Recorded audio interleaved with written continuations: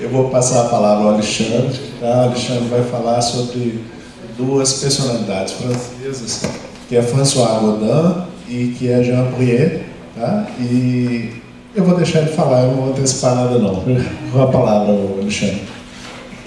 Gente, primeiro eu queria agradecer aqui. Ontem a Júlia me deixou sem palavras aqui, ela fez uma homenagem a Ana Chato, que me emocionou muito, né? Sempre que eu estou presente no ENIP, o carinho que vocês todos me passam, o respeito que vocês demonstram pela Ana Chato sempre me emociona muito. Né? Então eu queria agradecer muito essa demonstração da Júlia de ontem. E a impressão que eu tenho é que, assim, que já tem uns anos para cá, eu já acredito mais no mundo espiritual do que nos planejamentos que eu vou fazendo, né? E isso se deveu principalmente a uma série de fatos que vão acontecendo e que desmontavam os planejamentos que eu fazia para a editora e seguiam caminhos diferentes. Aí eu falei, vamos, já que o pessoal está coordenando, deixa eles coordenarem mais diretamente. E as coisas vão acontecendo, os fenômenos vão acontecendo e a gente vai sentindo muito presente a presença dos espíritos que coordenam espiritualmente o trabalho que a gente faz. Então, em 2013, com a desencarnação do Hermínio, a gente sentiu muito, né? Não só pessoalmente a perda de um grande amigo, mas também a ausência do mais importante autor que a editora tinha, que era quem dava projeção até internacional do trabalho que a gente fazia, né? Os livros do Hermínio foram traduzidos para diversos idiomas e davam uma boa projeção para a editora. E num determinado momento eu falei, eu preciso descobrir alguém que pudesse mais ou menos ocupar um lugar parecido, né? E no movimento espírita eu não via, e o Hermínio me atraía muito, porque ele não era um autor acadêmico, né? Muito pelo contrário, ele tinha a grande preocupação dele era fazer a divulgação do que a academia produzia, para que o público geral pudesse entender, né? E ele fazia isso de uma forma magistral, como ninguém faz, né? Ele tinha a capacidade de percepção, de absorção dos conteúdos e uma facilidade de comunicação muito grande através da palavra escrita, né? Para que a gente pudesse entender. E isso me fez sondar um pouquinho e eu via que no Brasil eu não conseguia um autor que tivesse características semelhantes. Falei, vou procurar na França como é que está o espiritismo lá. E me caiu na mão o trabalho do Jean Brier, um trabalho, outro. Eu comecei a investigar, a pesquisar e fiquei muitíssimo impressionado, porque com grandíssimas diferenças, quem for conhecer o trabalho de Jean Brier depois vai perceber essas diferenças são imensas, mas existiam algumas características que me impressionou magnificamente, que foi, primeiro, uma curiosidade intelectual sobre os mais diversos temas que envolviam a doutrina espírita, né? O Jean Brier é um autor que já tinha escrito mais de 40 obras espíritas sobre os temas mais diversos, desde investigações de comunicações mediúnicas, psicometria, o nazismo, a mediunidade e alguns temas muito próximos àquilo que o Hermínio também falava, alguns pontos de vista me impressionavam pela semelhança, porque parecia que um tinha lido o outro, né? E certamente o Jean Brier não conhecia o trabalho do Hermínio. E aí eu me aproximei um pouco mais, nós fizemos contatos, né? Com as editoras francesas do Jean Brier, né? Para apresentá-lo, né? Passa o próximo slidezinho para apresentá-lo. Ele hoje está com 102 anos, ou seja, ele vai fazer 102 anos em novembro. Ali é ele, mais novinho um pouquinho, né? E aqui foi a visita que eu pude fazer a ele no final de 2014. Né? Ele já se encontra praticamente o tempo inteiro no hospital, porque já está com muita idade, né? E tive a oportunidade de levar para ele o primeiro livrinho que a gente tinha publicado aqui. E ele dizia que para ele era um reconhecimento muito grande. Isso foi assim, curioso, eu não esperava essa reação dele, né? Era um reconhecimento muito grande, porque ele estava passando a ser lido pelo público que para onde a doutrina espírita tinha se transferido. Desculpe a emoção, você sabe que eu me emociono com muita facilidade. Mas então isso foi uma coisa que me surpreendeu, porque assim, era o reconhecimento dele de como que o espiritismo no Brasil tinha caminhado, quanto tinha contribuído e que ele estava vindo para cá, né? Que era um autor restrito muito ao público francês, né? E nós acertamos a publicação de diversos, acho que já são hoje 12 títulos que nós já fechamos contrato de traduções dele. Passa o seguinte. Esses são alguns dos títulos que os contratos estão com a gente, de temas diretos, de temas de temática espírita, né? Mais o seguinte. Não, pode voltar. Então, eu esqueci de colocar, tinha um outro slide que não entrou, que eram as obras que a gente já publicou dele, que é Allan Kardec em sua época, A Alma dos Animais, e Hitler, O Médium das Trevas. Tá? Assim, a identidade do pensamento, da visão que ele tinha do nazismo, da posição do Hitler, é tão semelhante ao que o Hermínio defendia, que eu tive a oportunidade de colocar ao final do livro dele o artigo do Hermínio falando sobre o nazismo e de uma coincidência do ponto de vista muito interessante. O Jean-Pierre não tem nada de acadêmico, né? E por outro lado, ele representa para a gente uma coisa que no Brasil a gente praticamente desconhece, que foi o que aconteceu com o espiritismo na França no século XX, né? Ele é de 1914, né? Quando Leon Denis desencarnou, ele estava com 14 para 15 anos de idade, né?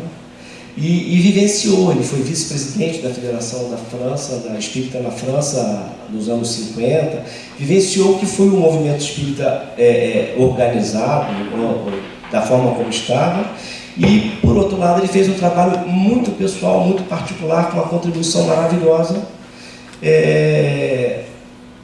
e talvez o pessoal espírita brasileiro ressinta um pouco dessa forma diferente de que os franceses pensam o espiritismo, né? Dos anos 80 para cá, o movimento espírita brasileiro embarcou direto na França, né? E deu uma conotação bastante brasileira a esse movimento espírita francês, né? E de certa maneira houve choques, é o mais do que natural. O espiritismo brasileiro desenvolveu determinados aspectos que alguns chamam de mais místicos, outros mais religiosos, o francês menos, né? Mas o Jean-Pierre resume muito bem, né, o que é essa forma de ver a doutrina espírita, e isso com um brilhantismo, com um texto fantástico, com umas ironias maravilhosas que ele coloca no texto. Então, me senti muito, muito feliz de tê-lo encontrado, né? E quando falei para ele que o próximo livro que eu ia publicar era o Kardec Sua Época, aí ele chorou, né? E ele me disse então que outra declaração que me emocionou muito, que é isso, né? Kardec foi o espírito mais importante que eu tive em todos os momentos da minha vida como meta, né? E muito emocionado me falando sobre a visão que ele tinha de Kardec.